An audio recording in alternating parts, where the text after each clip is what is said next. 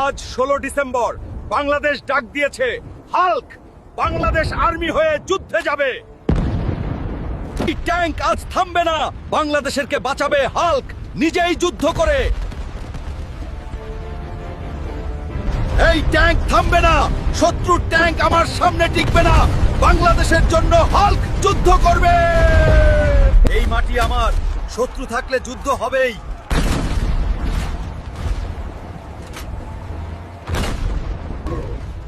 বাংলাদেশের দিকে হাত বাড়ালে হাল্ক ভেঙে ফেলবে।